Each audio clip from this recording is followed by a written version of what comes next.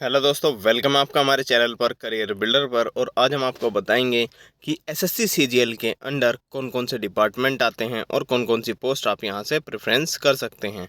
तो इस चीज़ को जानने के लिए आपको ये पूरी वीडियो देखनी होगी और पूरी वीडियो आपको पता भी नहीं चलेगा कब में ख़त्म हो जाएगी। केवल 4 से 5 मिनट की वीडियो होगी और आपको एसएससी सीजीएल में आपको कौन सी पोस्ट के लिए तैयारी करनी है। क्योंकि मैंने देखा है यूट्यूब पर सभी ने सभी की चीज़ की तैयारी कराई है, लेकिन इस चीज़ के बारे में किसी ने नहीं बताया कि एसएससी सीजीएल के अंदर कौन कौन सी पोस्ट आती हैं। और किसी भी बच्चे को ये पता होना चाहिए, जब भी एसएससी सीजीएल का एग्जामिनेशन फॉर्म फिल करता है तब उसे पता होना चाहिए कि उसे किसके लिए अप्लाई करना है। तो देखिए, डिपार्टमेंट होता है Indian audit accountant and department under CAG। तो ये होता है दोस्तों, और इसमें आप असिस्टेंट ऑडिट ऑफिसर बन सकते हैं, असिस्टेंट अकाउंटेंट ऑफिसर बन सकते हैं। यहाँ पर जो आपकी एज लिमिट रखी जाती है वो 18 से 30 साल रखी जाती है और सभी में bachelor degree in any stream से काम चल जाएगा।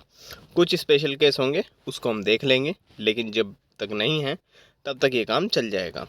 फिर देखते हैं, देखिए सेकंड वाला जो है सेंट्रल सेक्रेटरीट सर्विस, इसमें आप बनते हैं असिस्टेंट सेक्शंस ऑफिसर ASO। और यहाँ से भी आपको बेस्ट मतलब आपकी ग्रेजुएशन कंप्लीट होनी चाहिए और जो आपकी एज लिमिट है वो 20 to 30 ईयर्स रखी गई है। इंटेलिजेंस ब्यूरो IB, जिसका बहुत से बच्चों का सपना होता है कि उसमें वो जॉब करें, इंटेलिजेंस ब्यूरो के लिए कि वो काम करें, तो उसका जो पोस्ट उसमें उस आपको CGL के थ्रू मिल जाती है, असिस्टेंट सेक्शन ऑफिसर यानी कि ASO की आपको पोस्ट मिल जाएगी। और यहाँ पर भी आपको 18 से 30 साल और bachelor degree in any stream. Ministry of railway की अगर हम बात करें तो यहाँ पर भी आप ASO बन सकते हैं, bachelor degree in any stream हो सकता है और 20 to 30 ईयर आपकी रखी जाएगी। मिनिस्ट्री ऑफ एक्सटर्नल अफेयर्स, इसमें भी आप ASO बनेंगे, bachelor degree in any stream and 20 to 30 years.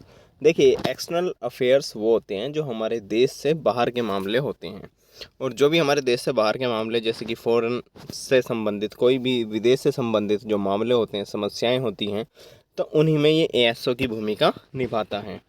तो इसमें भी आपको 20 to 30 ईयर आपकी मिनिमम एज और मैक्सिमम एज यहाँ से रखी गई है और bachelor degree of any stream रखी गई है। फिर एक डिपार्टमेंट आता है, इसको जो भी आपको डिपार्टमेंट अगर समझ में नहीं आता है आप उसको गूगल से देख सकते हैं, मैं केवल आपको यहाँ पर डिपार्टमेंट बताने आया हूँ। तो AFHQ है, इसमें भी आप ASO बनेंगे, bachelor degree in any stream और एज लिमिट आपकी 20 to 30 ईयर। फिर ministry of electronics and information technology, इसमें आप असिस्टेंट सेक्शन ऑफिसर यानी कि ASO की अभी हमें पोस्ट मिल रही है और वहीं 18 से 30 साल इसमें रखी गई है। फिर अदर मिनिस्ट्रीज़ हैं, डिपार्टमेंट है, ऑर्गेनाइजेशन है, ऐसी भी बहुत सारी मिनिस्ट्रीज़ हैं, ऐसे मंत्रालय हैं जिनके बारे में मतलब बहुत छोटे छोटे या बहुत तरह के हमारे देश में मंत्रालय होते हैं, और उनमें भी आप जो बनेंगे असिस्टेंट वो इसी के थ्रू बनेंगे। फिर बात कर लेते हैं, देखिए असिस्टेंट सेक्शन ऑफिसर की, वो भी यहाँ पर CBDT, जो कि आपको पता है कि इनकम टैक्स ऑफिसर, यहीं से आप बनते हैं। तो इसमें भी आपको income tax officer, income tax central excise inspector, preventive officer, inspector, examiner, तो ये आप बनेंगे CBIC और CBDT में, bachelor degree in any stream and 18 से 30 साल आपकी उम्र इसमें रखी गई है।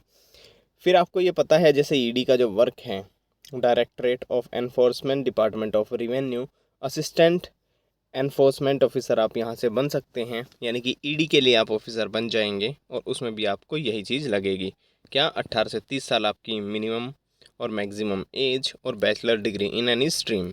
Central bureau of investigation CBI में आप सब इंस्पेक्टर हो सकते हैं, जो कि ग्रुप B लेवल की जॉब है यहाँ पर, और bachelor degree in any stream और 20 to 30 ईयर आपकी एज यहाँ से मांगी जाती है।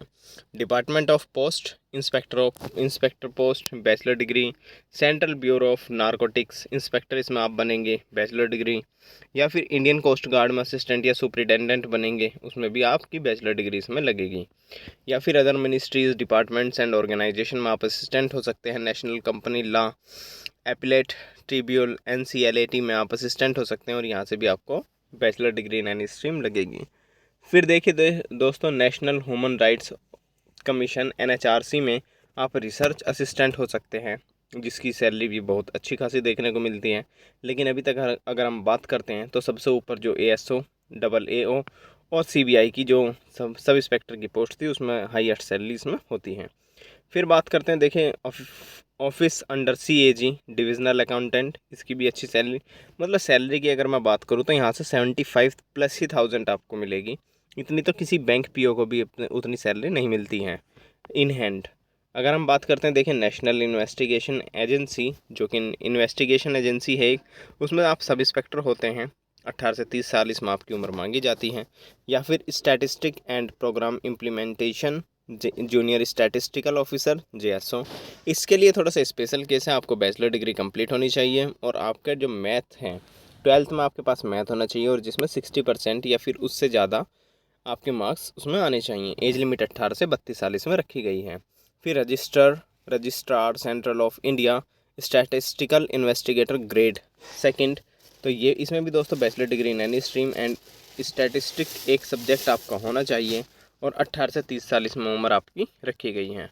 Offices under CAG other department ministry auditor आप बनेंगे यहाँ से, तो इसमें भी bachelor degree in any stream. फिर बात करते हैं ऑफिस, ये तो आपको देख सकते हैं। फिर अदर मिनिस्ट्रीज़ हैं, उसमें आप अकाउंटेंट हो सकते हैं, जूनियर अकाउंटेंट हो सकते हैं, या फिर ministry of electronics and information technology, उसमें आप सीनियर सेक्रेटरीट असिस्टेंट हो सकते हैं, अपर डिवीज़न क्लर्क हो सकते हैं, या central government office ministries other than CSCS cadres, तो इसमें आप सीनियर सेक्रेटरीट असिस्टेंट हो सकते हैं या फिर अपर डिवीज़न क्लर्क हो सकते हैं। CBDT में आप टैक्स असिस्टेंट हो सकते हैं, CBIC में भी टैक्स असिस्टेंट हो सकते हैं, या फिर सेंट्रल ब्यूरो ऑफ नारकोटिक्स में आप सब इंस्पेक्टर यहाँ से बन सकते हैं। चलिए दोस्तों, ये रही कुछ मुख्य पोस्ट हैं जो CGL की।